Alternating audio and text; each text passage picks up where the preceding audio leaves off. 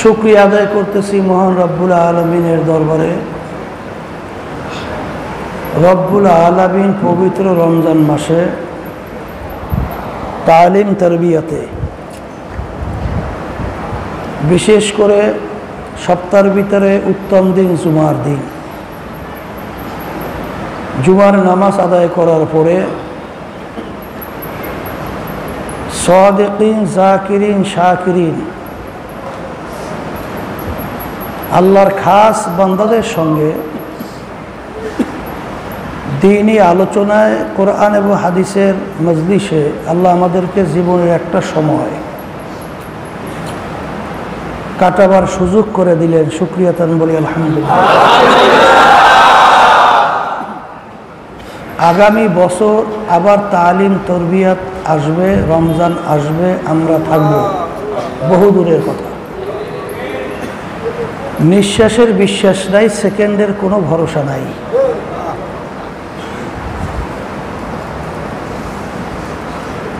আব্বাজান রহমাতুল্লাহি অনেক সময় উদাহরণ দিয়ে বলতেন, স্মরণ করায় দেওয়ার জন্য বলতেন, মোমেন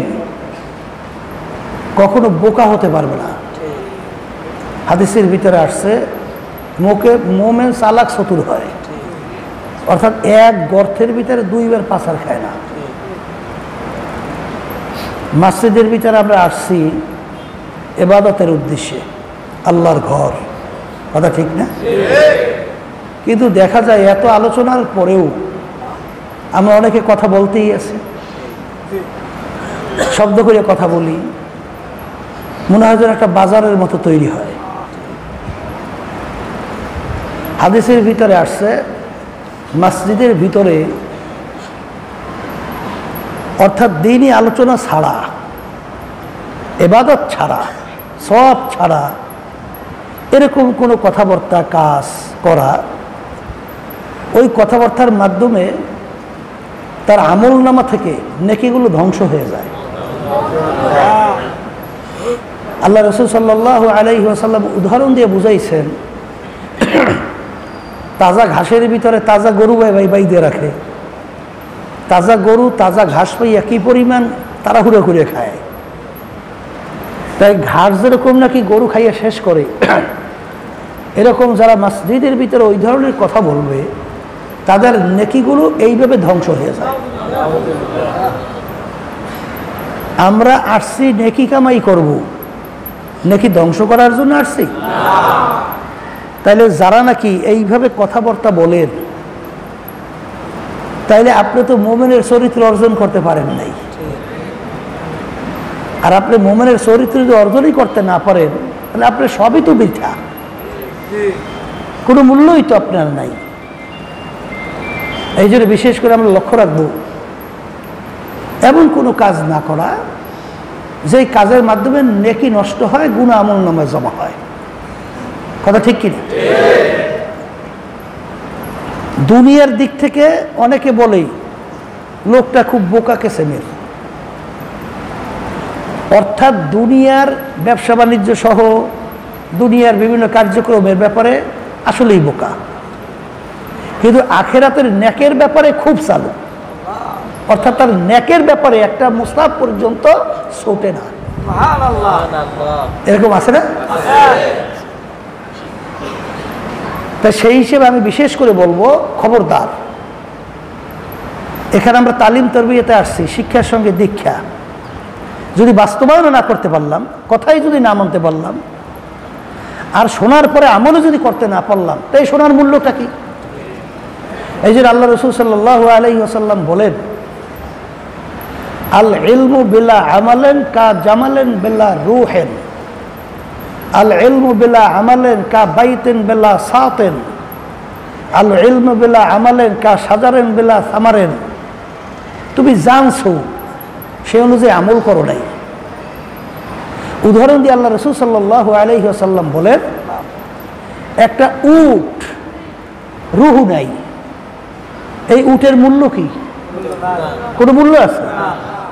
তাহলে যেরকম নাকি উট আছে, উটের রুহু নাই, ওর যেরকম মূল্য নাই, তুমি জানছো আমল করো নাই, এইভাবে তোমার এলেমের কোনো মূল্য নাই। তুমি জানছো মানো নাই, আমল করো নাই। যেরকম নাকি একটা ঘর আছে, ঘরের ছাদ নাই, ঘরের কোনো মূল্য নাই। একটা ফল গাছ, গাছ আছে ফল নাই, গাছের কোনো মূল্য নাই। এরপরে আল্লাহ রাসূল সাল্লাল্লাহু আলাইহি ওয়াসাল্লাম কত বড় কঠিন শব্দ ব্যবহার করছেন, খয়রুল খেয়ারে খেয়ারুল ওলামা, শাররুল সেরারে সেরারুল ওলামা। মানুষের ভিতরে উত্তম মানুষ আলেম। আলেম মানে কি? যে এলেম শিখছে তাকে বলে কি? আর মানুষের ভিতরে সবচেয়ে নিকৃষ্ট, একেবারে খুব খারাপ, সেও হইল আলেম। অর্থাৎ এলেম শিখছে, কিন্তু এলেম শেখার পরে এলেম অনুযায়ী আমল করে নাই। কথা ঠিক না? ওই মানুষের সবচেয়ে নিকৃষ্ট। তাহলে আমরা এখন তালিম তরবিয়তে আসছি, যে শুনবেন মানবেন আল্লাহর রহমতে কামিয়াব হবেন, আর যে নাকি শুনবেন মানবেন না, আমল করবেন না, সে শুনবেন নিছক একটা ধারাবাহিকতা। মানে অনেক আমার মা বোনরা চরমনাইতে আছে, তালিম তরবিয়ত আলহামদুলিল্লাহ নিয়ম অনুযায়ী আসতেছে। আল্লাহর কুতুব ফজলুল করিম রহমাতুল্লাহি আলাইহি তিনি তালিম তরবিয়ত প্রতিষ্ঠা করে গেছেন। সেই থেকেই দেখি বিশেষ করে চরমনাইর অনেক আমার মা বোনেরা আসতেছে, বয়ান শুনতেছে, কিন্তু আমার কানে অনেক কথা আসে, অনেক মা বোনেরা সুদের সঙ্গে জড়াইছে, নাউজুবিল্লাহ মিন যালিক, এনজিওর মাধ্যমে। এবং আমাদের চরমনাইতেও কিছু বদমাইশ আছে, এই বদমাইশগুলো এরকম সুদের প্রচলন ঘটাইছে। আর সুদের ৭০টার মতো গুনাহ, এর ভিতরে সবচেয়ে ছোট গুনাহ হলো নাউজুবিল্লাহ মায়ের সঙ্গে জিনায় লিপ্ত হওয়া। নাউজুবিল্লাহ মিন যালিক, ঘৃণা তৈরি করার জন্য এত বড় কঠিন হুমকি। তাহলে আপনারা বয়ান শুনতে আসছেন, আর গুনার ভিতরে আর একটা বড় গুনাহ হইল আল্লাহ এবং আল্লাহ রসুলের সঙ্গে যুদ্ধে কি হওয়া, যুদ্ধ করা। নাউজুবিল্লাহ মিন যালিক, যুদ্ধের ঘোষণা দেওয়া, আল্লাহ এবং আল্লাহ রসুলের সঙ্গে যুদ্ধ করবো। নাউজুবিল্লাহ মিন যালিক। আচ্ছা বলেন তো, যারা মুমিন, যারা মুসলমান, যারা আল্লাহকে বিশ্বাস করে, আখিরাতকে বিশ্বাস করে, হুঁশ থাকতে, জীবন থাকতে, তারা সুদের সঙ্গে জড়াইতে পারবে? তাহলে আপনারা কি মনে করছেন? মুসলমান দাবি করছেন, ওদিকে ওয়াজ নসিহত শুনতে আসেন, মুসলমানের বউ হিসেবে পরিচয়ও দেন, কিন্তু আপনারা সুদের সঙ্গে জড়াইয়া আপনারা কি চান? তাহলে কথা তো মানেন নাই, কথা তো শোনেন নাই, এলেম তো শিখছেন, কিন্তু এলেম অনুযায়ী তো আমল করেন নাই। আপনারা এলেমের তো কোনো মূল্য নাই, আছে মূল্য? আল্লাহর রহমতে দেখা যায় চরমনাইতে অনেক মুজাহিদ প্রথম আসছে, কোনোদিন পশ্চিমে সেজদাও দেয় নাই। আল্লাহর রহমতে আল্লাহ দিনের বুঝ দিয়েছে। এখন আল্লাহর রহমতে এমনভাবে আমল শুরু করছে, মুস্তাহাব পর্যন্ত ছাড়ে না। ওদিকে আবার যুগ পর্যন্ত 12 বছর পর্যন্ত চরমনাইতে আসতে আছে, ওর কোনো পরিবর্তন নাই, কোনো পরিবর্তন নেই।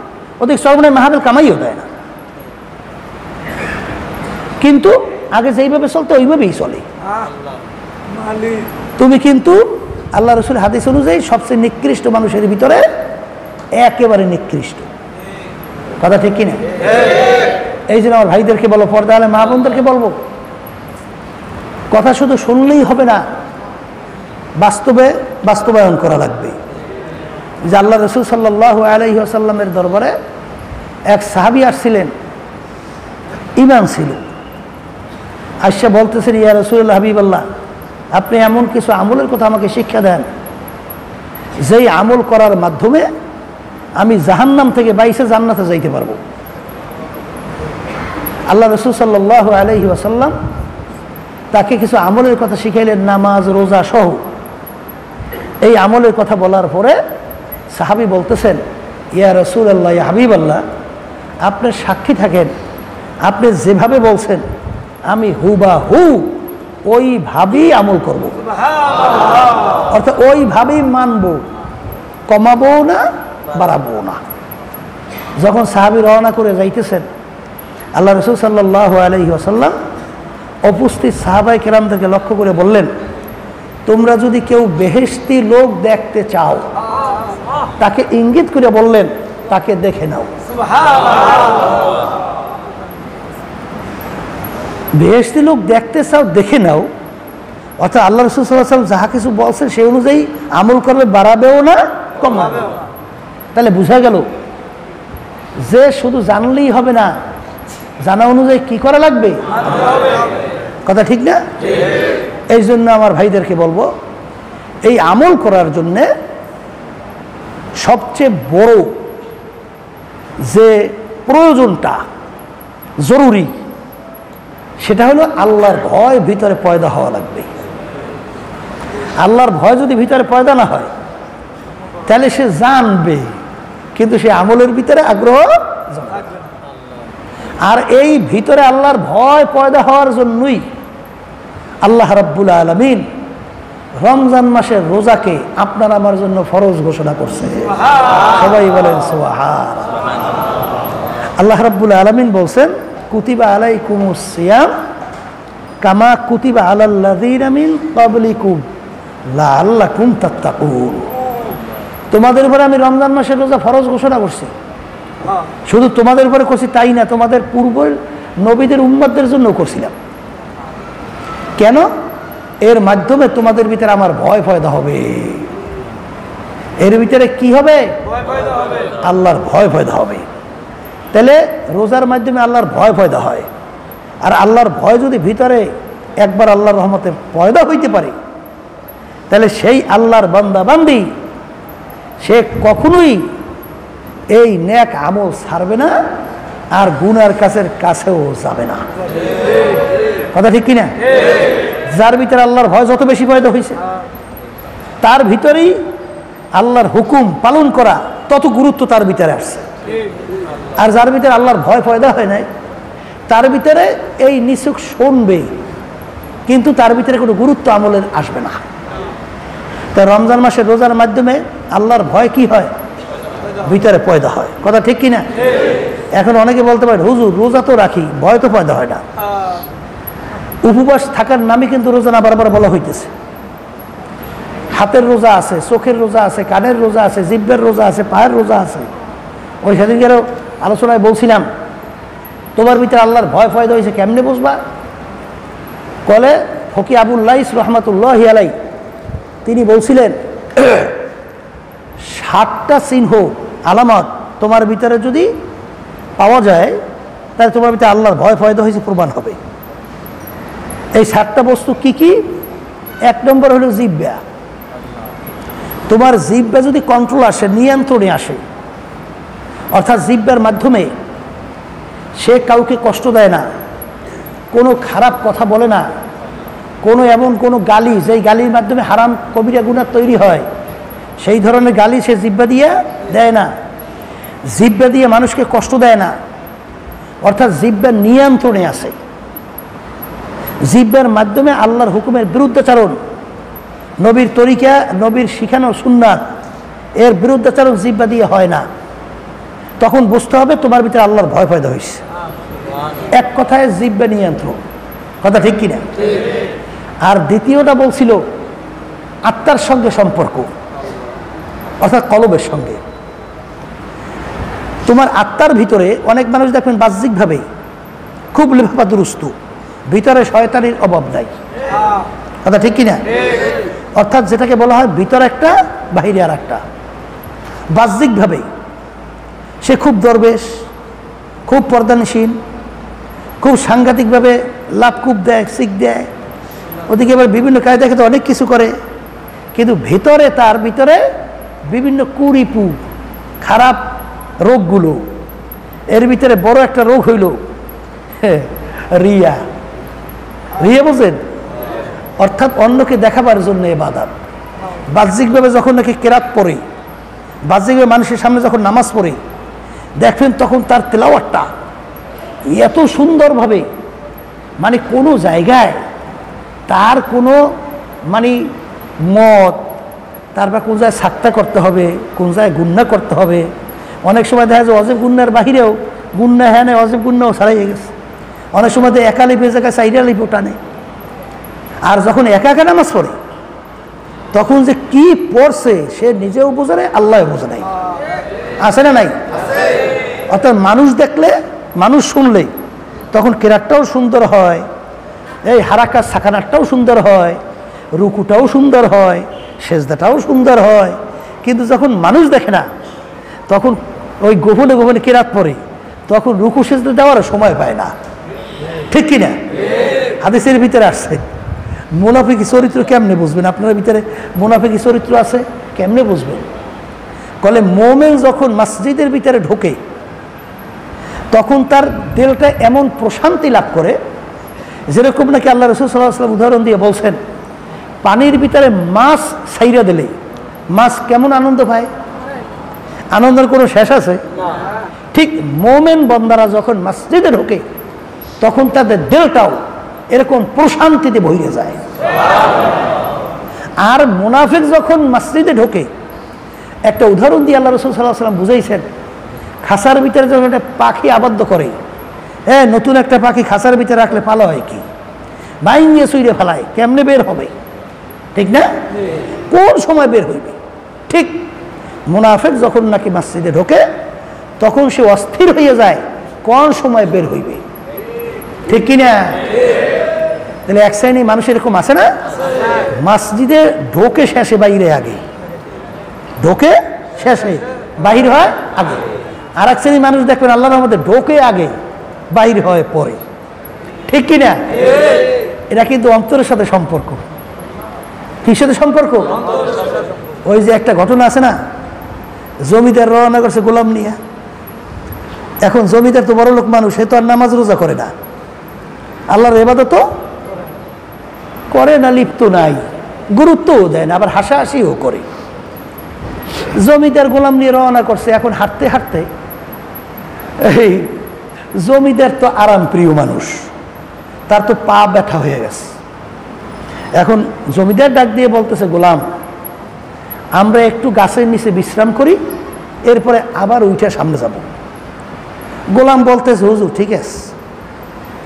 ওদিকে নামাজের সময় হয়েছে, গোলাম তো নামাজ পড়ে, জমিদার বড় মেয়ে তো আর নামাজ পড়ে না।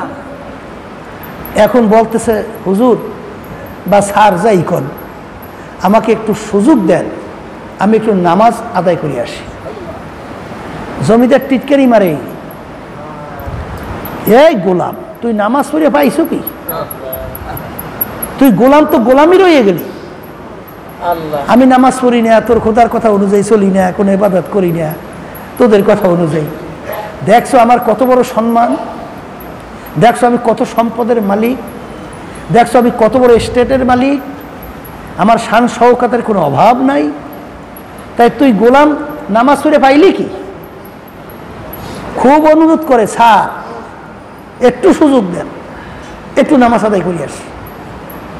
কলবুহু মুআল্লাকুন ফিল মাসাজিদ। 7 প্রকার লোক, যেদিন অন্য কোনো ছায়া থাকবে না কিয়ামতের ময়দানে, সেদিন 7 প্রকার লোককে আল্লাহ ডাইকা তার স্পেশাল আরশে ছায়া দান করবে। তার ভিতরে 1 প্রকার ওই আল্লাহর বান্দারা যাদের অন্তরটা মসজিদের সাথে লাগানো থাকবে।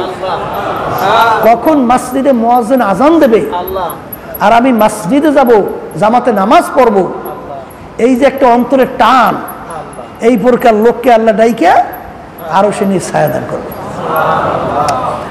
এখন জমিদার টিটকারি মারিয়ে বলে, যা যা। এখন জমিদার তো গাছের নিচে বিশ্রাম করে, আর গোলাম চলে গেছে মসজিদে বেদে নামাজে। মোমেন গোলাম কি?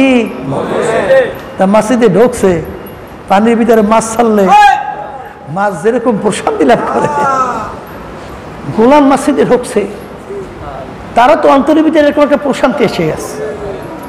সময়ের পর সময় যায়, মসজিদ থেকে বের হয় না।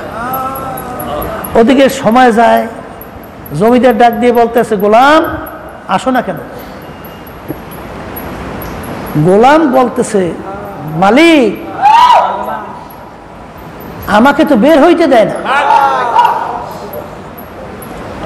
জমিদার শোনার পরে জমিদারের মাথায় গ্রাম্য কথা আছে, রক্ত উঠে গেছে, রাগ উঠে, কি রে আমার জমিদারি স্টেটের মধ্যে আমার গোলাম আটকাইয়া রাখবে, এত বড় সাহসটা কার? হাত দিতে দিতে মসজিদের কাছে গেছে, যাই বলতেছে তোকে মসজিদে কে আটকাই রাখছে, সাহসটা কার? আমার গোলাম আটকাই রাখতে পারে? গোলাম ডাক দিয়ে বলে, মালিক যেই আল্লাহ আপনাকে মসজিদে ঢুকতে দেয় নাই, ওই আল্লাহ আমাকে মসজিদ থেকে বের হতে দেয় না। as-salatu mi'rajul mu'minin। কি বুঝেন? নামাজ হইল বন্দাবান্দি আল্লাহর ভিতরে দেখা সাক্ষাৎ কথোপকথনের মাধ্যম। এখন যারা সর্বনাই মুজাহিদ হইছেন, সর্বনাই আসা যাওয়া করেন, আপনার এই হালাত কি তৈরি হয়েছে? নিজেকে নিজে প্রশ্ন করেন। হ্যাঁ, এটা তো অন্তরের ব্যাপার। আপনি নামাজ মসজিদের ভিতরে মুমিনের চরিত্র অর্জন করতে পারছেন কিনা, আল্লাহর ভয় ভিতরে পয়দা হয়েছে কিনা, এটা তো আপনি নিজে বুঝবেন, আর একজন বাহ্যিক তো বুঝবে না, বুঝবে? এটা অন্তরের সাথে সম্পৃক্ততা। এক শ্রেণী মানুষ আছে নামাজে পড়ে রোজায় রাখে, কিন্তু সবসময় দিলের ভিতরে একটা খারাপ ধারণা অমুককে কেমনে ধ্বংস করবে। আছে আছে আছে মুজাহিদদের মধ্যে নাই? তার সমকক্ষ একজন সেক্রেটারি হওয়ার উপযুক্ত, সভাপতি হওয়ার উপযুক্ত, সদর হওয়ার উপযুক্ত, ইমাম হওয়ার উপযুক্ত, কমান্ডার হওয়ার উপযুক্ত। এখন তাকে কিভাবে ডাবানো যায় এই কৌশলে লিপ্ত থাকা, তাহলে বোঝা গেল ওর অন্তরের ভিতরে আল্লাহর ভয় পয়দা হয় নাই। আল্লাহর ভয় পয়দা হয় নাই। আর আল্লাহর ভয় যদি তার ভিতরে পয়দা না হয়, তাইলে বোঝা গেল আত-তাকওয়া মেলাকুল হাসানাত, সমস্ত নেকির মূল যে আল্লাহর ভয় ভিতরে পয়দা হওয়া। আর রমজানের রোজার মাধ্যমে আল্লাহর ভয় ভিতরে পয়দা হবে। তুমি শুধুমাত্র উপবাস রইছো, কিন্তু রোজার মাধ্যমে যে আল্লাহর ভয় পয়দা হওয়া, সেইভাবে রোজা তোমার হয় নাই। কথা ঠিক কিনা? তাহলে অন্তরের মধ্যে আর একজনকে কিভাবে ধ্বংস করবে, প্রতিপক্ষকে কিভাবে ডাবাবে, এই নিজের প্রশংসা মানুষ করুক এর জন্য আর একজনের বদনাম কইরা বিভিন্ন কায়দায় তাকে বিতর্কিত করা, এই বিভিন্ন কায়দায় দিলের ভিতরে একটা খেয়াল। কথা ঠিক কিনা? অন্তরের সাথে সম্পৃক্ত। এই অন্তরের রোগের কথা বলা হইতেছিল, যার ভিতরে বড় একটা রোগ হইল তাকাব্বুরি, বাহ্যিক বোঝা যায় না। আবার অনেকে বলেন যে হুজুর, অনেকে ভালো ভালো পোশাক পরে, এই আব্বাজান রহমাতুল্লাহি আলাইহি সংক্ষেপ উদাহরণ দিয়ে বলতেন যে রাস পোশাক পইরাও তার ভিতরে তাকাব্বুরি না থাকতে পারে, আবার একজন ছিঁড়ে ফাড়া জামা গায়ে দিয়েও তার ভিতরে তাকাব্বুরি থাকতে পারে। কথা ঠিক কিনা? পারে কি পারে না? পারে পারে। এই এক আল্লাহর বান্দা বাহ্যিকভাবে রাজকীয় পোশাক পরতো, আর ভিতরে সালার চট সহ এই জাতীয় পোশাক পরতো। লোকেরা জিজ্ঞেস করছে, হুজুর ব্যাপারটা তো বুঝলাম না। তখন বলেন, এইটা মানুষের জন্য আর এইটা আমার নিজের জন্য। বলে আল্লাহ আমাকে এই অবস্থায় রাখছে, সুন্দরভাবে আল্লাহ আমাকে তৌফিক চলার মতো দান করছে। অনেকে কিন্তু নোংরা থাকা, জামা কাপড় পরিষ্কার রাখে না, এই মুখটুক সুন্দর মতো ধুইয়া পুইসা মোষ্ট সুন্দর মতো পশু পশু কাইটিয়া সুন্দর রাখে না, বাগলা ছাড়ার মতো। আমরা কই বাগলা ছাড়া, অর্থাৎ দেখলে মনে হয় যেন জঙ্গল দিয়েছে। এইটা কি ইসলাম? কথা কয় না? আর নাযাফাতু মিনাল ঈমান, পরিষ্কার পরিষ্কার পরিচ্ছন্নতা এটা ঈমানের একটা অংশ। কথা ঠিক কিনা? অনেকে জামা গায়ে দেশে তো দেশে, দোয়া পাল্লার কোনো খবর নাই, ধারে কাছে গন্ধ ভেরা যায় না। এটা তো ইসলাম না। কে শিখাইছে? এই দরবেশি পাইছেন কোথায়? কোথা থেকে এই দরবেশি পাইছেন? অনেকে এমন গিদার হয়, ঠিকমতো দাঁতও মাজে না, নাউজুবিল্লাহ, কাছেও বসা যায় না, নামাজও পড়া যায় না, দুর্গন্ধ অস্থির হয়ে যাওয়া লাগে। ওদিকে আল্লাহ রাসূল সাল্লাল্লাহু আলাইহি ওয়াসাল্লাম ইন্তেকালের আগেও তিনি মেসওয়াক চাইয়া মেসওয়াক করে শিখিয়ে গেছেন। আল্লাহ রাসূল সাল্লাল্লাহু আলাইহি ওয়াসাল্লাম বলছিলেন যে উম্মতের যদি কষ্ট না হইতো আমি মেসওয়াক করাকে ফরজ করে দিতাম। এক শ্রেণীর দরবেশ হইছে, ঠিকমতো দাঁত মুখ পরিষ্কার করে না, ঠিকমতো জামা পরিষ্কার রাখে না, ঠিকমতো নখ কাইটিয়া মুখ কাইটিয়া মুখ পরিষ্কার কইরা সাফসাফাই হইয়া সুন্দরে পরিপাটি হইয়া চলা, এটা কিন্তু অনেকে দরবেশগিরি মনে করে, এইটাই মনে হয় দরবেশি, অপরিষ্কার হইয়া চলা। এটা দরবেশি না, এটা ইসলামের বহির্ভূত একটা কাজ, এটা বৈরাগ্যতা। এটা কি? আর হাদিসের ভিতরে লা রহবানিয়াতা ফিল ইসলাম, ইসলামের ভিতরে বৈরাগ্যতা নাই, পরিপাটি স্বচ্ছ। এক শ্রেণী বর্তমানে আছে নিজের সংসারাদি সবকিছু বাদ দিয়া, সামাজিকতা বাদ দিয়া, বিভিন্ন কায়দায় কায়দায় জঙ্গলে ঘুরে এক সাইডে আই আমাকে হুজুর আর নিয়ত করছি বাড়ি করে আর যাবো না, হুজুর এখানেই পড়িয়ে থাকবো। আমি বলি এই বুঝছি সে একছেন বইয়ে বইয়ে। হ্যাঁ, এই মেয়া সংসারাদি ঠিক রাখতে হবে, ব্যবসা বাণিজ্য ঠিক রাখতে হবে, বাচ্চা তাদের হক আদায় করতে হবে। ওয়ালি জাসাদিকে আলাইকে হকুন, ওয়ালি জাউজিকে আলাইকে হকুন, তোমার শরীরের একটা হক আছে। আল্লাহ রাসূল সাল্লাল্লাহু আলাইহি ওয়াসাল্লাম বলেন শরীরের উপর অত্যাচার করা যাবে না। অনেকে কিন্তু শরীরে তার এইটা কুলায় না, এইবার সারা রাত্র জায়গায় শরীরকে ক্ষতিগ্রস্ত করে ফেলায়। এটা কিন্তু ইবাদত না, এটা কিন্তু হক না, এটা কিন্তু শরীরের জন্য অত্যাচার হবে। কথা ঠিক কিনা? জিকির করতে হবে, গুমও ইবাদত। গুমও কি? ওই যে বলছিলাম না, আল্লাহ রাসূল সাল্লাল্লাহু আলাইহি ওয়াসাল্লাম রওনা করছেন, দেখে মসজিদের বাহিরে দরজায় ইবলিস শয়তান দাঁড়াই রইছে। আল্লাহ রাসূল সাল্লাল্লাহু আলাইহি ওয়াসাল্লাম বলতেছেন, ইবলিস এখানে করস কি? কুল হুজুর মসজিদের ভিতরে ঢুকবো। কেন ঢুকবি? বলে হুজুর ওই যে লোকটা নামাজ পড়ে, ওর নামাজ নষ্ট করার জন্য। নামাজ নষ্ট করার জন্য ঢুকবি, ঢোকস না কেন? ঢোকো না কেন? বলে হুজুর ওই পাশে যে একটা লোক ঘুমাইয়ে রয়েছে তার ভয়তে আমি ঢুকি না। আল্লাহ রাসূল সাল্লাল্লাহু আলাইহি ওয়াসাল্লাম আশ্চর্য বলতেছেন, বলো কি? যে নামাজ পড়ে তুই নামাজে কি ভয় পাও না? আর একটা লোক ঘুমায়, সেই ঘুমান্ত লোকের তুই ভয় পাও মানি? তখন ইবলিস বলতেছে, হুজুর যেই লোকটা নামাজ পড়ে সে হইল মূর্খ, মানে তার এলেম ওইভাবে নাই। আর যেই লোকটা ঘুমায় সেই লোকটা আলেম। হুজুর আমি কষ্ট ক্লেশ করে ধোঁকা দিয়া বিভিন্ন কায়দায় তার নামাজ নষ্ট করব। হঠাৎ তার ভিতরে যখন নাকি সন্দেহ তৈরি হবে তখন সে ওই পাশের লোকটাকে যাই উঠেই করবে যে হুজুর আমার নামাজটা তো এইভাবে হয়ে গেছে, হুজুর আমার নামাজ কি হয়েছে? তখন সে বলবে, বাবা তোমার নামাজ হয় নাই, তুমি এইভাবে বলো, এইভাবে পড়ো করে ওর নামাজ নষ্ট করব।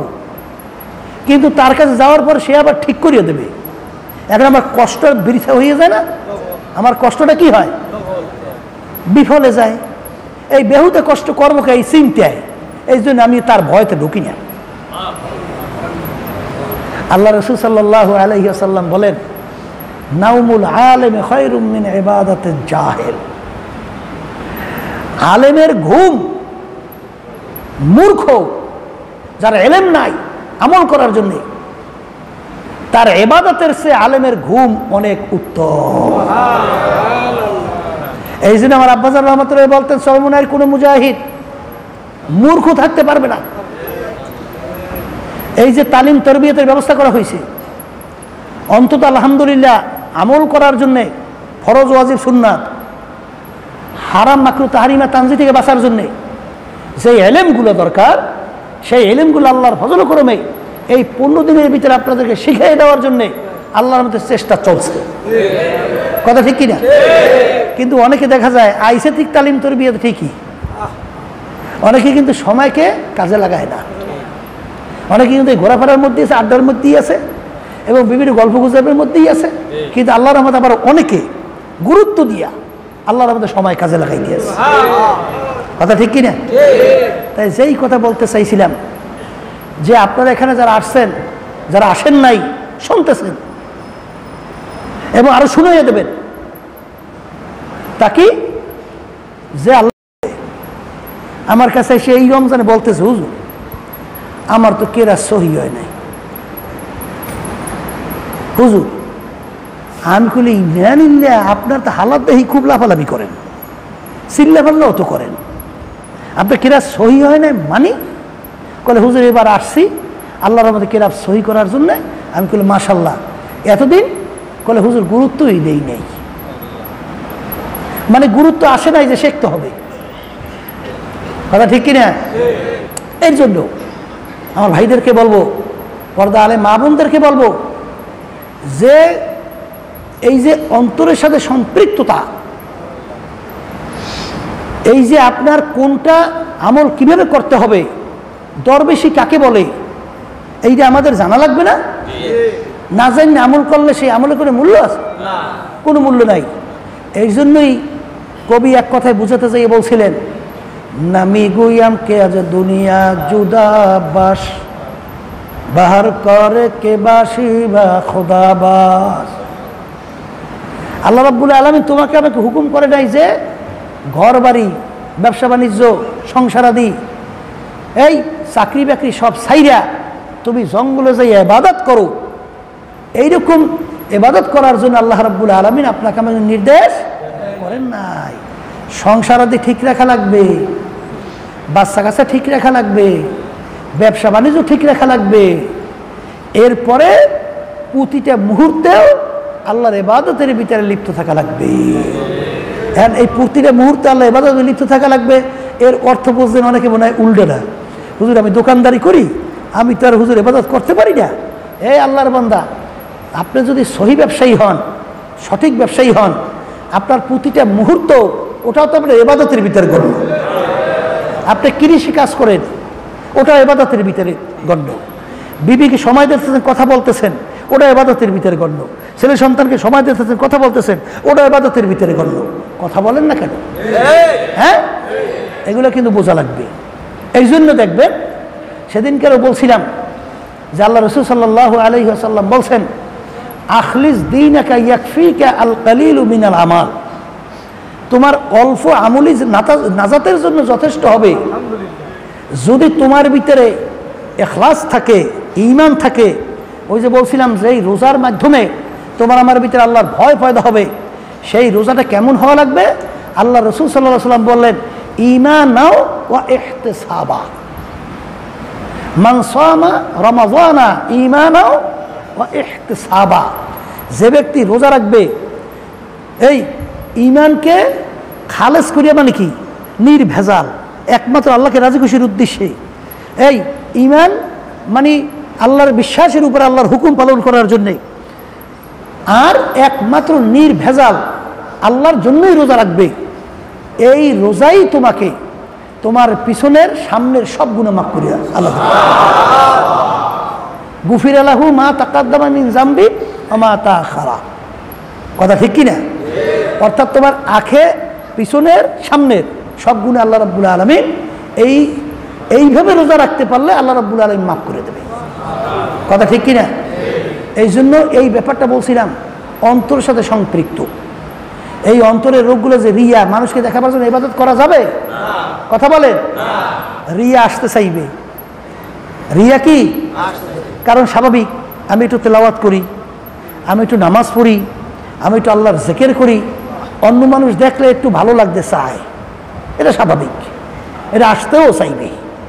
কিন্তু এইটা আসলে রিয়ার কারণে ইবাদত ছাড়া যাবে না। রিয়ার কারণে ইবাদত ছাড়া যাবে না।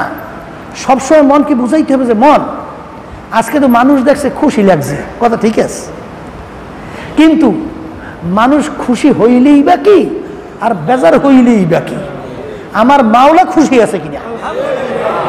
কথা ঠিক কিনা? আমার মাওলা কি বেজার না খুশি? এইটা মন কি বুঝে? ওরে মন, আজকে তুই নামাজ পড়লি, মানুষকে দেখাবার জন্য, মানুষ দেখলে খুশি হবে, আর তুই কাজটা কি করলি? এর মধ্যে আল্লাহ রাব্বুল আলামিন ঘোষণা করছেন, আল্লাযীনা হুম ইউরাউন ওয়া ইয়ামনাউনাল মাউন। ওই নামাজি ফাওয়াইলুল লিল মুসাল্লিন আল্লাযীনা হুম ইউরাউন ওয়া ইয়ামনাউনাল মাউন। ওই মুসল্লি তার জন্য জাহান্নাম, নামাজ তাকে জাহান্নামে নিয়ে যাবে, যেই নামাজটা অন্যকে দেখাবার জন্য হবে। এখন এই নামাজ তো তুই পড়লি, অন্য মানুষ দেখলো, তোর মনে একটু খুশি হইল, এই খুশি হইলেই বা কি, বেজার হইলেই বা কি? যদি খোদা না খাস্তা আমার মাওলা যদি আমাকে কবরে মাফ না করে, কথা ঠিক কিনা? এইটা মনে বুঝান লাগবে। এরপরে পড়তে পড়তে পড়তে পড়তে ওই যে একটা ঘটনা আপনারা জানেন, যে একটা লোক মসজিদ, বড় একটা মসজিদ, সেই মসজিদের মোতাল্লি মারা গেছে। এখন একটা লোকের খুব ইচ্ছা, মনে চাইছে একটু মসজিদের মোতাল্লি হবে। এখন সে মোতাল্লি হওয়ার জন্যে একেবারে সামনের কাতারে একেবারে তাকবীরে উলা সহকারে 5 ওয়াক্ত নামাজ সে নিয়মতান্ত্রিক পড়তেছে। আর সুন্নাতও বাদ দেয় না, নফলও বাদ দেয় না, বসে বসে জিকির আজকার করে। এরকম প্রায় মাসখানি চলে গেছে। কিন্তু মসজিদের কমিটিরা, অন্যান্য মুসল্লিরা, তারা মুতাল্লির ব্যাপারে কোনো আলোচনাও করে না, আর তাকে মুতাল্লি বানানোর ব্যাপারে কোনো মানে প্রস্তাবও দেয় না। এখন তার মনটা একটু খারাপ হয়ে গেছে যে এত ইবাদত করলাম, মুতাল্লি হব, কিন্তু কেউ তো আমার একটু ডাকেও না, আর মুতাল্লির জন্য প্রস্তাবও তো দেয় না। তাই এই ইবাদত 1 মাস যেভাবে আমি করছি, এইটা যদি আমার মাওলার জন্যে, আমার আল্লাহকে রাজি খুশির জন্য আমি করতাম, তাহলে আমি মনে হয় আমার মাওলার নৈকট্যে পৌঁছে যেতাম, আল্লাহর প্রিয় বন্ধ হয়ে যেতাম। এইবার তাওবা করছে, করার মতো তাওবাতুন নাসুহা, খালেস তওবা। তাওবাতুন নাসুহা অর্থ কি? খালেস তওবা। খালেস তওবা করছে, তওবা করিয়া এখন ইবাদত শুরু হয়েছে আল্লাহকে রাজি খুশির উদ্দেশ্যে। এই যেদিন তওবা করে মসজিদে ইবাদত শুরু করছে, পরদিনই মুসল্লিরা ডাক দিয়ে বলে যে ভাই, আমাদের তো মসজিদের মুতাল্লি ইন্তেকাল করছে, প্রায় মাসখানেক হয়ে গেছে, এখন আমাদের তো একজন মুতাল্লি বানানো দরকার। তা আমরা সবাই একটু বসে পরামর্শ করে দেখি কাকে মুতাল্লি বানানো যায়। এখন সবাই বসে পরামর্শ করছে, কইরা ওই লোকটারে প্রস্তাব দিয়েছে যে এই লোকটাকে তো খুব দিনদার মনে হয়, খুব আবেদ মনে হয়, খুব আমলি মনে হয়, খুব ভালো নামাজি মনে হয়, একে বানাইলেই তো ভালো হয়। সেই লোকটা 2 চোখের পানি ছাড়িয়ে দিচ্ছে, ছাড়ি দিয়ে কান দেয়ার বলে, ভাই আমার মুতাল্লি আর লাগবে না, আপনারা আমাকে মুতাল্লি বানাইছেন, আমি মুতাল্লি হবও না। কেন? বলে আজকে প্রায় 1 মাস পর্যন্ত আমি মুতাল্লি হওয়ার জন্যে মসজিদে তাকবীর উলা ছাড়ি নাই, নামাজ ছাড়ি নাই, জিকির ছাড়ি নাই, যে আমার ইবাদতের কারণে আমি খুব মুসল্লি, এইটা দেখে আপনারা আমাকে মুতাল্লি বানাইবেন, এই চিন্তায় আমি নামাজ পড়তেছিলাম। গতকালকে সবেমাত্র আমি তাওবা করছি যে মালিক, আমি মুতাল্লি হব না, আমি ইবাদত করবো আপনাকে পাওয়ার জন্য, আপনাকে রাজি খুশির উদ্দেশ্যে। সঙ্গে সঙ্গে একদিনের ব্যবধানে আজকে আপনারা আমাকে প্রস্তাব দেন মুতাল্লি, আমি আর মুতাল্লি হব না, এখন আমি ইবাদত করবো আল্লাহকে পাওয়ার জন্যই। তাই ইবাদতের ভিতরে লিপ্ত থাকা লাগবে। রিয়া আসতে পারে, কিন্তু সে তার পিছনে পড়া যাবে না, এবং ইবাদত ছাড়াও যাবে না। আর মনকে ঘুরেই ঘুরেই বুঝাইতে হবে, মন মানুষকে দেখাবার জন্য ইবাদত করে লাভ কি? মানুষ তোরে ভালো বললেই বা কি ক্ষতি, তোরে খারাপ বললেই বা কি? আমার মালিক তোকে ভালো বলে কিনা, আমার মালিক আমাকে ভালো বলে কিনা, কথা ঠিক না? এক পর্যায়ে কিন্তু রিয়ার মাধ্যমে শিরকি পর্যন্ত মানুষ পৌঁছে যায়। কারণ তাইলে ইবাদতটা করা হয় মানুষের জন্য, আল্লাহর জন্য না। তাই আল্লাহর সঙ্গে ইবাদতে শরীক করা হইল, তাহলে শিরকের ভিতরে পর্যন্ত পৌঁছে যায়। এরা আত্মার সাথে সম্পর্ক, অন্তরের সাথে সম্পর্ক, এই রোগ দূর করা লাগবে। হব্বে যা হব্বে মাল, মালের মোহাব্বত, সম্মানের মোহাব্বত, এইটা কি বাহ্যিক দেখা যায়? কথা বলেন না কেন? বাহ্যিক দেখা যায়? এইটা অন্তরের ব্যাপার। এই আল্লাহর বান্দারা এক শ্রেণী মানুষ দেখবেন গরিব, আল্লাহ অন্তরটা এত বড় বানাইছে। এই জিজ্ঞেস ভাই, আপনি এরকম দিনের পথে খরচ করলেন, আপনি তো ঠিকমতো সংসার চলে না। বলে হুজুর বইলেন না, আমি 10 টাকা কামাই করছি, 2 টাকা যে আমি দিনের পথে দিতে পারছি, হুজুর আমার মনটা খুশিতে ভরিয়ে গেছে। আর এক শ্রেণীর মানুষ দেখবেন শত শত কোটি টাকার আল্লাহ মালিক বানাইছে, ওর কাছে যদি যে টাকা চান ওর ঠেকের কোনো শেষ নাই, অভাবের কোনো শেষ নাই। আর 10 টাকা দেওয়া তো দূরের কথা, এমন কথাবার্তা বলে ঘৃণায় বমি আসতে চায়। কথা ঠিক কিনা? ওকে তো দান করতে পারে না, ওর অন্তরের ভিতরে এইটা তৈরি হয় নাই, ওর সম্পদের মহব্বত অন্তরের ভিতরে ঢুকছে, ওই হলো কবরে যায় নাকি? কি কথা ঠিক কিনা? হব্বে যা হব্বে মাল, মালের মহব্বত, সম্মানের মহব্বত। এই সাহাবায়ে কেরামদের ইতিহাস পড়েন, আল্লাহর ওলিদের ইতিহাস পড়ে, তারা নিজের সম্মান কিভাবে বিসর্জন দেওয়ার চেষ্টা করছে। ওমর ফারুক রাদিয়াল্লাহু তাআলা আনহু অর্ধেক দুনিয়ার রাজত্ব করছেন না? বাংলাদেশের মতো প্রায় 200 দেশের রাজা, ঠিক না? আর বর্তমানে একটু এলাকায় চৌকিদার, এলাকায় মেম্বার, এলাকায় চেয়ারম্যান, এই এমপি যদি হওয়া যায়, ওরে সর্বনাশ, ওর ধারে বাগাছে কোনো মানুষই তো বেরতে পারে না, ঠিক কিনা? ওরে সর্বনাশ, ও জানি কি হয়ে গেছে। ওমর ফারুক রাদিয়াল্লাহু তাআলা আনহু অর্ধেক দুনিয়ার রাজা, যার কথা শুনলে অন্যান্য বিজাতিদের বাচ্চাদের মসনদ তসনস কইরা ভাঙ্গে খানখানায় পড়িয়ে যেত, ভয় ছোটে, সব থরকম্প হয়ে যেত, ভয় ছোটে। কথার কথা তিনি রওনা করছেন জেরুজালেম যাবে, গোলামকে নিয়ে। কাকে নিয়ে? গোলাম বোঝেন তো, এই কাজের লোক, খাদেম। রওনা করছে জেরুজালেম যাবে। আমিরুল মুমিনিন উটের পিঠে বসা, উটের রশি টানতেছে গোলাম, রৌদ্র উত্তপ্ত। ওমর ফারুক রাদিয়াল্লাহু তাআলা চিন্তা করলেন, আমি আল্লাহর মাখলুক মানুষ, আশরাফুল মাখলুকাত, যেই আল্লাহর বান্দা উটের রশিটা টানতেছে ও তো মানুষ, তা আমি এই উত্তপ্ত গরমের মধ্যে আমি উটের পিঠে আরাম করব আর গোলাম রোদ্রের ভিতরে পুইরে ছাই হয়ে যাবে, এটা তো মানবতা হইতে পারে না। কে বলতেছেন? আমিরুল মুমিনিন ওমর ফারুক রাদিয়াল্লাহু তাআলা ডাক দিয়েছেন, এ গোলাম এদিকে আসো। আমিরুল মুমিনিন বলতেছে, গোলাম তুমি উটের পিঠে ওঠো আর আমি উটের রশি টানবো। এই কথা শুনলে গোলামের হুঁশ আছে? হুঁশ থাকার কথা। আমি সে উটের রশি টানবে আর গোলাম উটের পিঠে উঠবে, চিন্তা করা যায়? আমিরের হুকুম করার কিচ্ছু নাই। এখন গোলাম তো উটের পিঠে উঠছে আর আমির উটের রশি টানতেছে। কিছু দূর টানার পরে আবার গোলাম রশি টানে, আমির উটের পিঠে উঠে, পালাক্রমে বদলাইয়ে বদলাইয়ে কাজ করতেছে। আল্লাহর কুদরত, যখন জেরুজালেমের ভিতরে উট ঢুকবে তখন উটের রশি টানা পালা পড়ছে আমিরুল মুমিনিন ওমর ফারুক রাদিয়াল্লাহু তাআলা। জেরুজালেমের লোক তো নতুন জায়গা, আমিরকে চেনে না। যেই জেরুজালেমে ঢুকছে উটের রশি টানতেছে কে?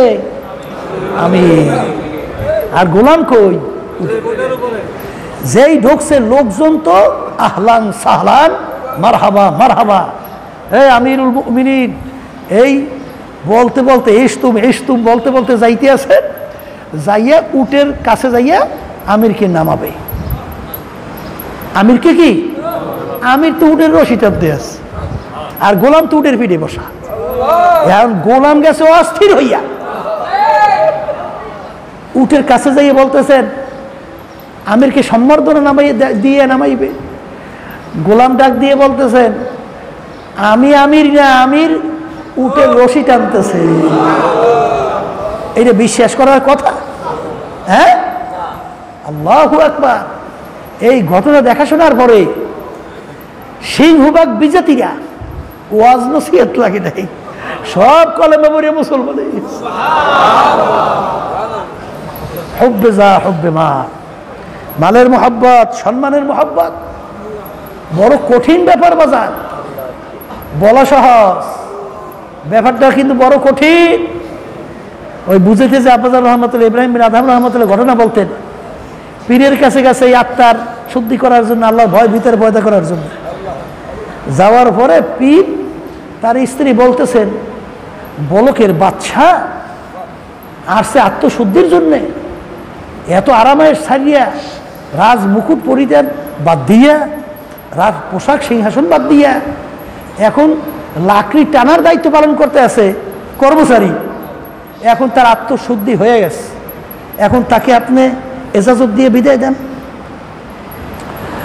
এই হুজুর বলতেছেন, বিবি ইব্রাহিম বিন আদহাম এখন পর্যন্ত বাদশাহী বলতে পারে না।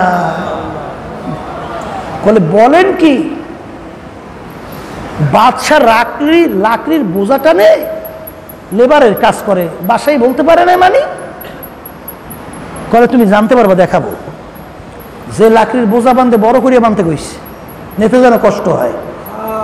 যে নামায় তাকে বলছে সহজে নামাইও না, একটু দেরি করিয়া অপেক্ষা করি নামাবা। বোঝাও বড়, নেতে বড় কষ্ট হয়ে গেছে, গান ছুটে গেছে কথার কথা। যাই বলতেছে, ভাই তাড়াতাড়ি বোঝাটা একটু, আমার কষ্ট হইতেছে। সে বলতেছে, ভাই একটু ধৈর্য ধরতে পারেন না, এই কাজটা একটু শেষ করে লই। আল্লাহ রাব্বুল আলামিন বলছেন, ইন্নাল্লাহা মা'আস সাবিরিন, আমি ধৈর্যশীলদের সাথে থাকি। কাদের সাথে থাকি? ধৈর্যশীল। অনেক মুজাহিদ দেখা যায় যে একটু বেকায়দা বেকায়দা হইলেই মেজাজ এত গরম হয়ে যায়, তসতস করে ফেলায়। তোমার ভিতরে ধৈর্যের সেই ঢোকে নাই, সবর ঢোকে নাই, তোমার সঙ্গে আল্লাহও নাই, তোমার সঙ্গে আল্লাহ নাই। ইন্নাল্লাহা মা'আস সাবিরিন, আল্লাহ ধৈর্যশীলদের সাথে থাকে। এখন তো ধৈর্যের ভাত ভাঙ্গে যাইতেছে, ভাই বোঝা নামান কষ্ট হয়, ফলে ধৈর্য ধরতে পারেন না। এরকম করতে করতে এক পর্যায়ে ধৈর্যের বাঁধ ভেঙে গেছে। তখন বলতেছে, হে বেয়াদব, আমার বাসায় থাকলে বেত মেরে সোজা করে দিতাম। যে সলসাতারি কাকে বলে, কথা বুঝলেন? পিসা বুঝু বলতেছে, দেখছো বাসায় এখনো বলে নাই, বাদশাহী বলে নাই, আবার উদ্গাই দিয়ে উঠছে বাদশাহী। কিছুদিন আবার মুজাহাদার পরে, তাজকিয়া নাফসের পরে, হুজুর ঔষধ প্রয়োগ করার পরে, ঔষধ পালন করার পরে বলতেছে, বিবি বাসায় বলছে আত্মশুদ্ধি হয়েছে। বলে, তা কেমন? এখন ময়লা টানে না, গু ছিলেন গু। এই আমরা বলি যাই ময়লা পরিষ্কার, ম্যাথের দায়িত্ব দিচ্ছে। এসে নিচের কাজ তো আর নাই, আছে নাই। এখন ময়লার হাড়ি নিয়ে রাস্তা দিয়ে আর একজনের শিখাইয়ে দিয়েছে। ইব্রাহিম বিন আদম যখন রাস্তা দিয়ে ময়লার হাড়ি নিয়ে যাবে, এমনভাবে ধাক্কা দেবা ময়লার হাড়ি যেন মাথা থেকে পড়িয়ে যায়, ধাক্কাটা এমনভাবে দেওয়া লাগবে। তাই ঠিকই কায়দা মতো ধাক্কাও দিয়েছে, ময়লার হাড়িও পড়ছে। বসেন, ময়লার হাড়ি পইরে ময়লার হাড়ি ভাঙছে, নিজের জামা কাপড় নষ্ট, যে ধাক্কা দিয়েছে তার জামা কাপড় নষ্ট। এখন দোষ কার? যে ধাক্কা দিয়েছে তার না, কিন্তু উল্টা ইব্রাহিম বিন আদহাম রাহমাতুল্লাহি আলাইহি তার পায়ের ভিতরে হাত দিয়া জড়াইয়া দিয়ে কান্দে আর বলে, ভাই আপনি আমাকে মাফ কইরা দেন। ময়লার হাড়ি নিয়ে আমার উচিত ছিল রাস্তা থেকে নিচের থেকে নিচ দিয়া যাওয়া, এখন ময়লার হাড়ি ভাইঙ্গে আপনার কাপড় নষ্ট, আপনি মনে কষ্ট পাইছেন। যদি আপনি আমাকে মাফ না করেন, আমার মাওলা বুঝি আমাকে মাফ করবে না। যখন নাকি পাও জড়াইয়ে ধরিয়া কান্দে, আল্লাহু আকবার, আল্লাহু আকবার, তখন হুজুর বলতেছে, বিবি ইব্রাহিম বিন আদম এখন নিজেকে নিজে বলতে পারছে। এ আল্লাহর বান্দারা, পর্দা আলে মা বোনেরা, আহারে দুনিয়া সম্পর্কে একটু মাঝে মধ্যে মুরাকাবা করো। हकीकत से तो दुनिया बेखबर है, हकीकत से तो दुनिया बेखबर है, दुनिया की नुमाइश पर नजर है। বাজান দুনিয়াটা কিন্তু একটা মাকাল ফলের মতো,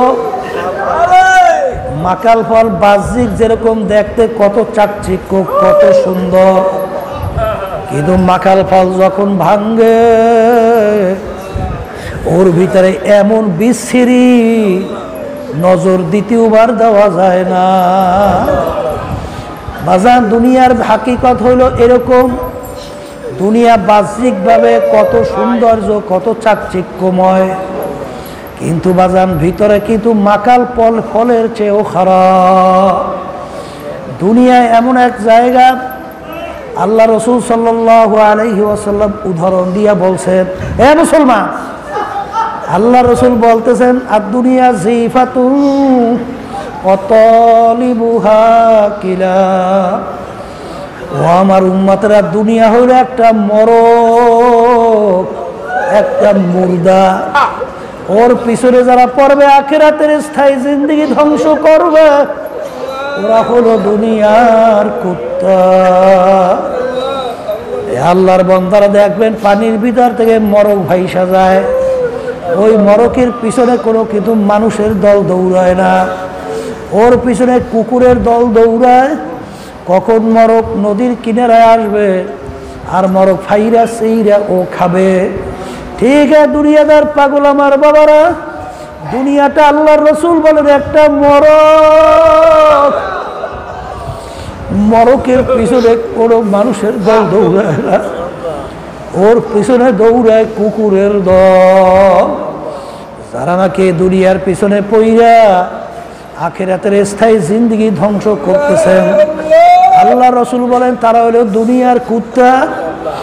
আল্লাহু আল্লাহ। এই জন্য আর বাজানদেরকে বলবো, আরে আল্লাহ রসুল সাল্লাল্লাহু আলাইহি ওয়াসাল্লাম উম্মাদেরকে শিক্ষা দিয়া তিনি মদিনা শরীফ ঘুমায় আছেন। বাজার আল্লাহু আকবার, আল্লাহু আকবার।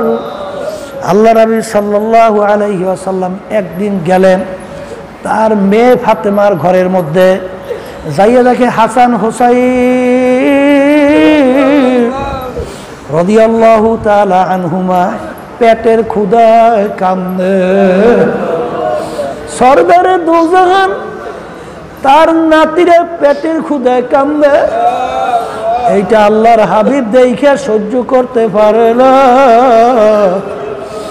আল্লাহর হাবিব বাচ্চারা পেটের ক্ষুধায় কান্দে, আল্লাহর হাবিব নিজেকে নিজে সামাল দিতে পারে না। আল্লাহর রসুল চইলা গেল মানুষের কাজ করার জন্য। সরদারের দুজান বদলা দিতে গেছে। আরে আল্লাহর হাবিব যাইয়া দেখে এক বিজাতি আল্লাহ কূপের ভিতর থেকে পানি উঠায়। আল্লাহ রসুল বলেন, কূপের ভিতর থেকে যদি আমি পানি উঠাই এর বিনিময়ে তুমি আমাকে কি দিবা? তখন ওই বিজাতি বলে, এক এক বালতি পানির বিনিময়ে তোমাকে 2টা কইরা খেজুর দেব। আল্লাহর রসুল সরদারে দোজাহান কামলা, তিনি ওই ইহুদি বিজাতির কামলা শুরু করলো।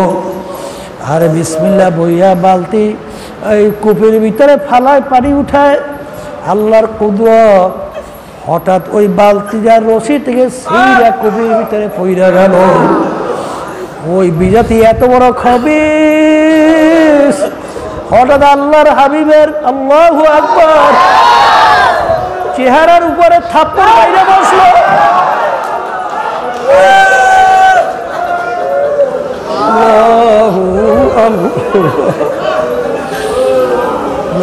থাপ্পড় মারলো,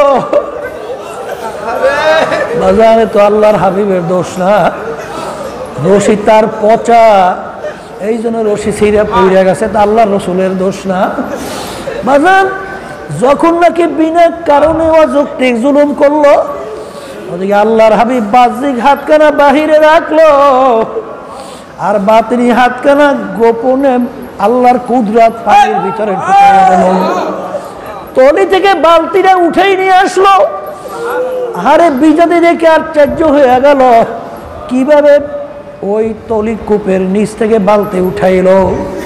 আরে আল্লাহর আমি বাকি কাজ কইরা নিজেও ক্ষুধার্ত, নিজেও খেজুর খাইলেন, আর বাকি খেজুর ও তার নাতি এবং তার মেয়ের জন্য নিয়ে চলে গেলেন। নাতি নাতকুকে খেজুর খাওয়ায়, ওদিকে আল্লাহ রাব্বুল আলামিন ওই বদমাইশের হাতের ভিতরে জ্বালা পোড়া শুরু হয়ে গেল। তাকে থাপ্পড় মারল, জ্বালা পোড়া সহ্য করতে না পাইরা ছুরি দিয়ে হাতটাকে কোপ দিয়ে কাইটে ফেলাইয়া দিল।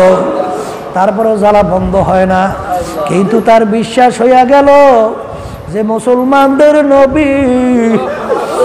আরে তার কাছে যাইয়া দেখি আমি তো অপরাধ করছি, মাপও চাই, আর আমার এই অবস্থা বিবরণ দেই। তালাশ করতে করতে যখন আল্লাহর রসুলকে যাইয়া পাইলেন, বলেন যে আপনি মুসলমানদের নবী, আমি অন্যায় করছি, জুলুম করছি, আপনাকে বিনা অপরাধে আমি থাপ্পড় মারছিলাম, এই অপরাধে আমার হাতকে আমি কাইটা ফেলাইয়া দিছি, এখন হাতের যন্ত্রণা আমি সহ্য করতে পারি না, আর আমি তওবাও করছি, এখন আমি কি করব? আল্লাহর রাসূল কাটা হাতটা নিয়ে কাটা জায়গার ভিতরে লাগাইয়া আঙ্গুল দিয়ে যখন একটা টান মারলো, যেই হাত আবার সেই হাত হইয়া গেল। বাজান বিজাদি কলেমা পইরা মুসলমান হইয়া গেল। এ দুনিয়াদার পাগল আমার বাবারা, হাকিকত সে দুনিয়া মে খবর হ্যায়, দুনিয়া কি নুমাইশ পর নজর হ্যায়। এ দুনিয়াদার পাগল আমার বাবারা, সন্তান জোর করে টাইনা মাকে দুধ খাওয়ার মতো শক্তি সন্তানের নাই। সন্তান মাকে টাইনা তারপর দুধ খাবে, এরকম শক্তি তো সন্তানের মধ্যে নাই। কিন্তু সন্তান যখন এক পা দুই পাও দিয়া সামনে অগ্রসর হয় মায়ের কাছে যাওয়ার জন্য, সন্তান টাস কইরা পইরা যায়, সন্তান চিৎকার মারে, মা দৌড়ে গিয়ে সন্তানকে ধরে, ধোয়াইয়া পোছাইয়া কোলে নেয়, আদর করে, চুমা দেয়। মা সন্তানকে যত মায়া করে তার সে 100,000 গুণ বেশি মায়া করে আমার মাওলা বন্দাবান্দিকে।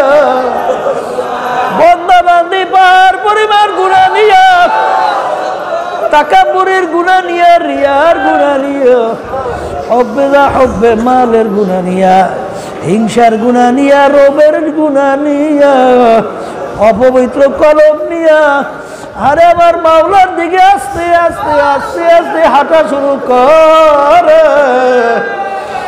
আমার মালিককে কোনোদিন পাওয়া সম্ভব না, কিন্তু যখন বান্দা বান্দি হাইটে হাইটে রওনা করে, আমার মাওলার রহমতের দরিয়ায় জোশ পাইরা আমার মাওলার সহ্য করতে পারে না। আমার মাওলার রহমত দৌড় দিয়া যায়, ওই বান্দা বান্দিকে কোলের মধ্যে কুদরতি জানা দিয়া পারে। হে আল্লাহর বান্দারা, পর্দা মা বোনেরা, আজকে তালিম তরবিয়াত বাজার রমজান মাসের আজকে বেড়ায় 13 দিন যাইতে আছে, আজকে 3 দিন মাগফিরাতের যাইতেছে বাজার। জানি না আমার মাওলার কাছে মাপ চাই, আমরা মাপ পাইলাম কিনা। এ কবরের যাত্রীরা, এ পর্দার আড়ালের মা বোনেরা, আমার মাওলার দরবারে হাত উঠা, দুই চোখের পানি ফালাও, আমার মালিকের কাছে সারেন্ডার হও, আমার মালিকের কাছে ডাক দেওয়ার মতো ডাক দাও। যদি ডাক দেওয়ার মতো দিতে পারো, আমার মাওলা তোমাকে আমাকে জাহান্নামে ফালাবে না, শয়তানের হাতেও সুপুর্দ করবে না, তোমাকে আমাকে টাইনা তার কুদরতে কোলের মধ্যে জায়গা না দিয়া পারবে না। আল্লাহুম্মা এ ঘরের মেয়ে লোকেরা, এ পর্দার আড়ালের মা বোনেরা, হাত উঠাও, দিনের কথা মনে করো,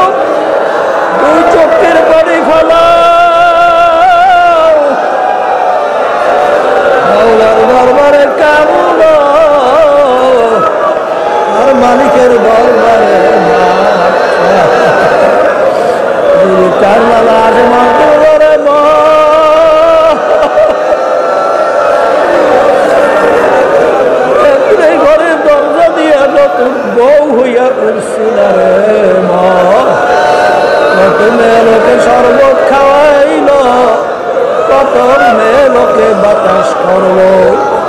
আবার এমন একটা দিন আসবে এই ঘরের দরজা দিয়ে মরা লাশ হইয়া বের হব, ছেলেটাকে মা মা করে কান্দে, মা মা করে তোমার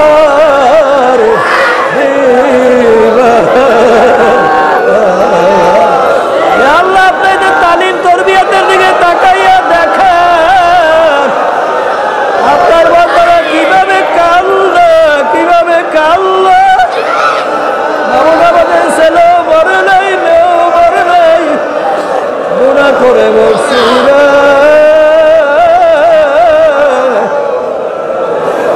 মাফ করে দেন গো মাওলানা। আল্লাহ দানা করে